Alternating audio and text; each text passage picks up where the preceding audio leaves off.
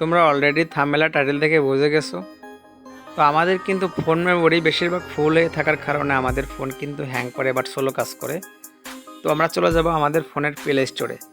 তো প্লে স্টোরে যা চেক দেবো যে প্লে স্টোর থেকে অনেক অ্যাপস ডাউনলোড করে থাকি আমরা। তো চলে গেলাম ফোনের প্লে স্টোরে।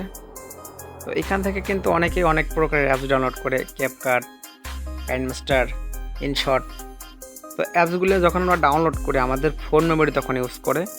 তো আজকে তোমাদের দেখিয়ে দেবো কিভাবে তোমাদের এই অ্যাপসগুলো এসডি কার্ডে কাজ করবে। ঠিক আছে, তোমাদের এসডি কার্ড ডাটা ইউজ করবে, বাট তোমাদের ফোন ডাটা ইউজ করবে না।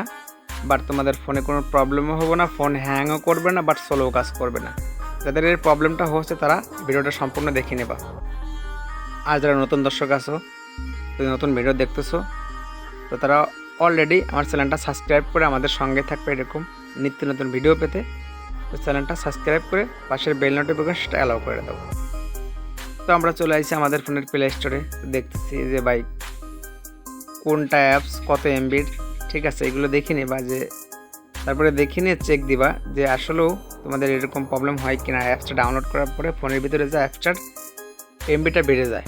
তো এই কারণে আমাদের ফোনের ডাটা অনেক ইউজ করে ফেলায়, ইন্টারনাল স্টোর ফুল করে ফেলায়, কারণে আমাদের ফোনটা কিন্তু স্লো কাজ করে। তো আমরা চলে যাব আমাদের ফোনের অ্যাডিশনাল সেটিংয়ে। এখান থেকে চলে যাব ডেভেলপার অপশনের। অনেকে ডেভেলপার অপশনটা পাবেন না, তো আমি নেক্সট ভিডিওয়ে এর কীভাবে পাবেন দেখিয়ে দেব। তো তারপর ডেভেলপার অপশনে যা নিচে চলে যাবেন, একবারে নিচের দিকে।